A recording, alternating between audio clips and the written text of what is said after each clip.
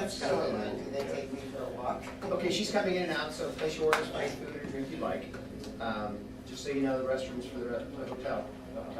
Yeah, restrooms for the hotel.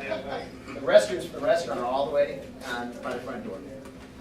Welcome fellow residents. On behalf of the Brave Voices, I wish to thank you for sharing this morning with us. Today's featured candidate is Mr. Jim Grosse, and our primary goal today is to learn his positions on issues of importance to the community and to treat our candidate with respect. The formal questions which will be asked will receive from either the Brave Voices group or from members of the audience prior.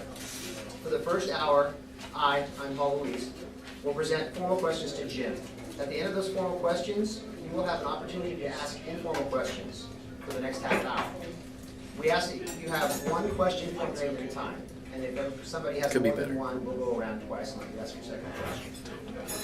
A few minutes prior to the end of our meeting, Jim will have the opportunity to make a brief closing.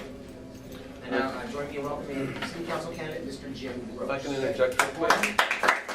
Make sure you're sitting far enough back that the light hits your faces. When you lean forward, it kind of makes you look dark. Very shadowy. Good morning, and thanks for having me here. I think these kind of groups are really important, and I appreciate everybody that's proactive in our community. Just for the record, I am Jim Grosse, and I'm running for Brea City Council.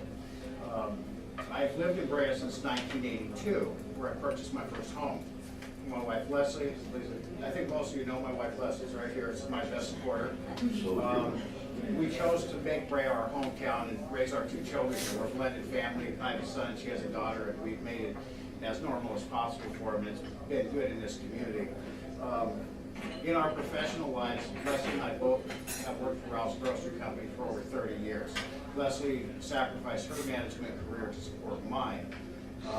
I'm now retired from Ralph's, and Leslie, as you know, has been in our Gateway store since it opened in 1994. My management career has led me into several communities. I've worked from Los Angeles, Glendale, San Clemente, Huntington Beach, West Covina, 20 locations in all in my 30 years. My experience is mostly in new store startup, team building, inventory and financial control, and revitalizing struggling locations. I've been responsible for budgets up to $24 million annually, 30,000 customers a week, 200 employees, government compliance, labor contracts, and expense control.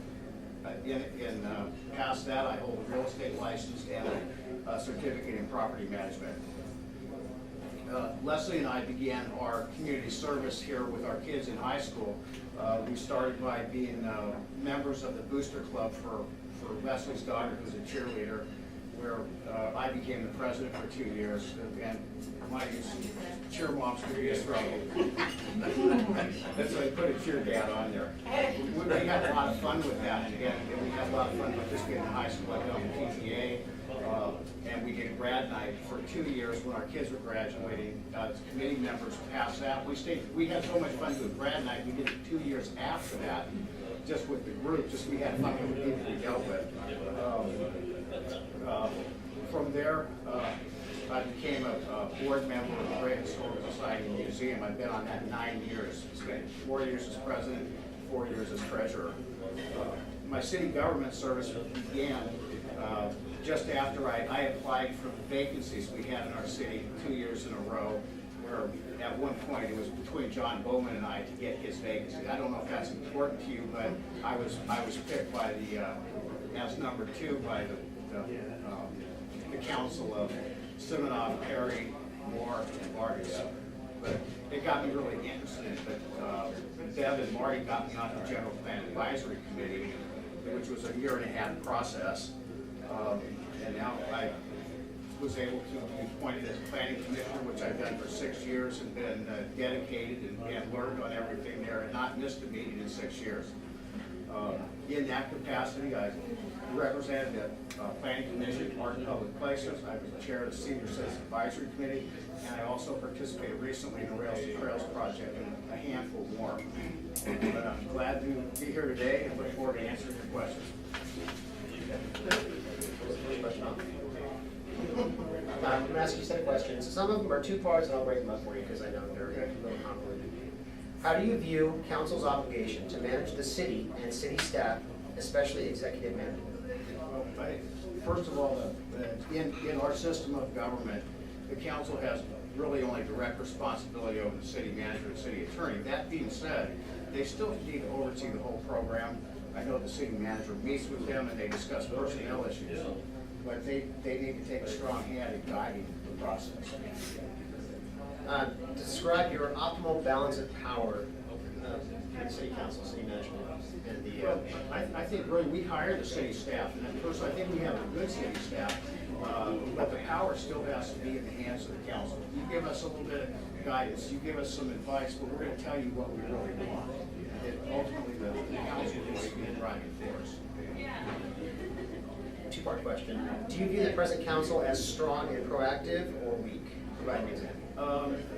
Well, I think our council right now is divided in the voting process. I think we have a few different schools of thought there. And if you want to talk about recent past, we have two that are running for office. We have one that's actively campaigning for others, and so they're divided. And I don't know that we're making sound decisions. Some of them are kind of questionable as to how they come out. Many in the community are disappointed with the current Ron, Don, and John voting bloc. It's known that you are friends with Ron and Don and help with their campaigns. How can you assure us that you're not going to be part of any type of similar? First of all, I want to correct this. When we talk about the friends of Ron and Don, that yes, I was both their campaign managers, but Don and I have and Ron, purely professional relationship. I don't socialize with them. Outside this, Don and I have worked on the museum for 9 years together.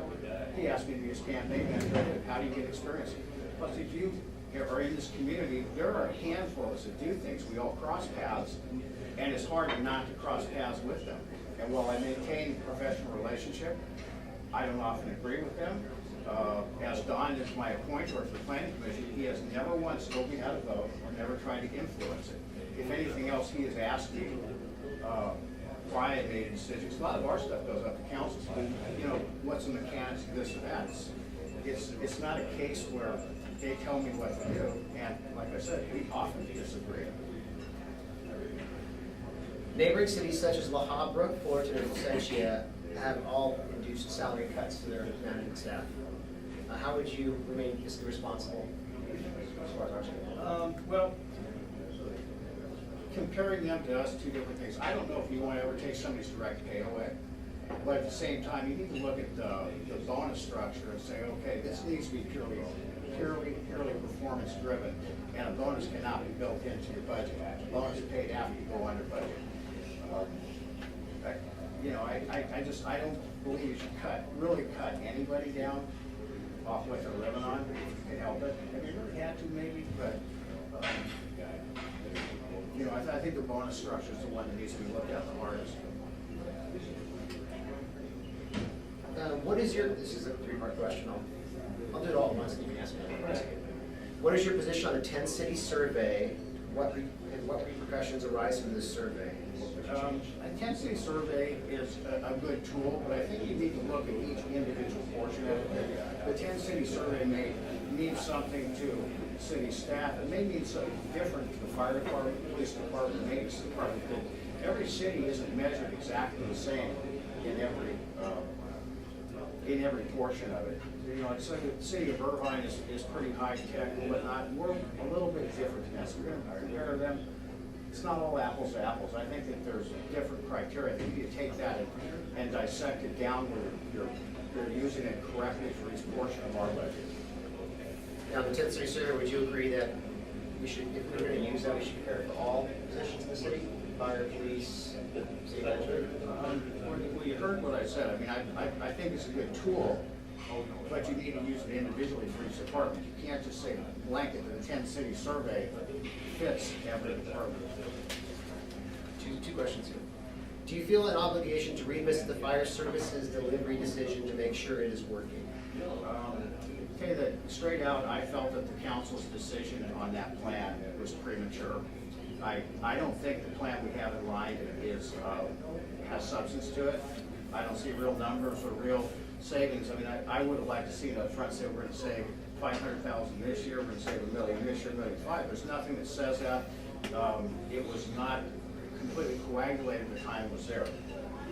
I think that we have an elected board that made a decision to do the reorganization, and we need to hold management accountable to make it work, or we need to revisit all options that were on the table.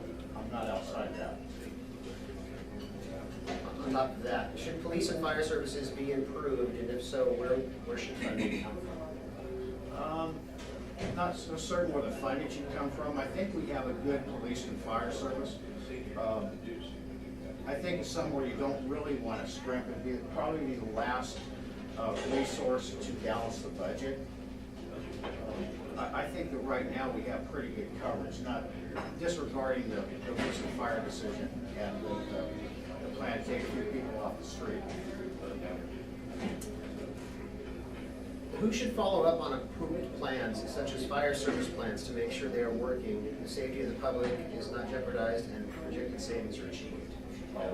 I think initially you have to count on your fire chief for that. You have to hold them accountable in the chain of command. First him, the city manager, and the council has to say, this is right or this is wrong. You know, your fire chief is your expert in that area. And what is your position on the street sweeping parking restriction resolution? I think that the street sweeping ordinance, if it's used and primarily for revenue generating source, I think that's totally wrong. I think that the council should have revisited it a lot earlier than they did. I think it should be, if you're gonna have it, reorganized so it's more user friendly. A, B side of the street, you know, you hear the simple, there's cul-de-sacs, well, okay, maybe a little more signing if you're gonna do it. I think that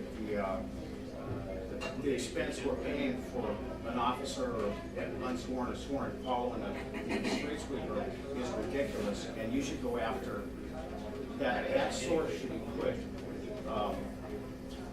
from 2 to 6, where you have that where it's flagrantly violated. And folks, you know, I can walk down the street, I walk down Cliffwood many days, and this car's ticketed one day, the same car's out there the next day. So these people know what they're doing. I think most of the street sweeping, it's just people just don't know, or they forget. It's one day a week, and I don't think the street sweeping is that big of an issue, or ever has been. As taxpayer dollars pay for city services and purchases, should staff seek competitive bids instead of sole source contracts? Absolutely. I think that you have to have a minimum of 3 bids on almost anything, and you need to pick the best contractor, whether he's more expensive or less expensive, and the best bid. You need to drive the price a little bit too, especially in this market. That these contractors need the business bad enough that we don't need to pay prime dollar. But I firmly believe in bidding. And on top of that, as a council member, would you conduct independent research for council items such as the Chevron project or public safety services? Yes.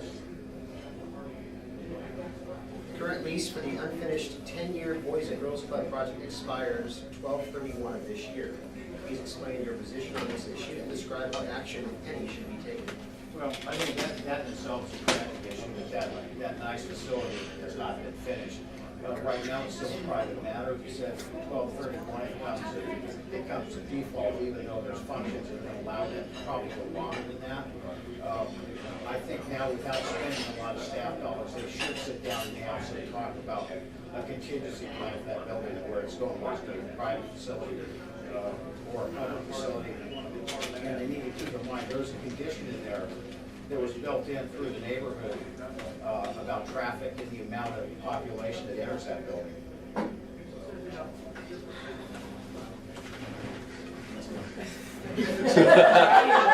I need another water. Both of us need water. Yes or no question. I'm sure you did. I'm dying for two.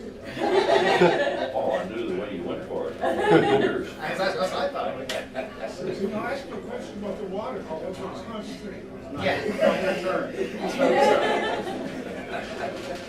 You'll be fine.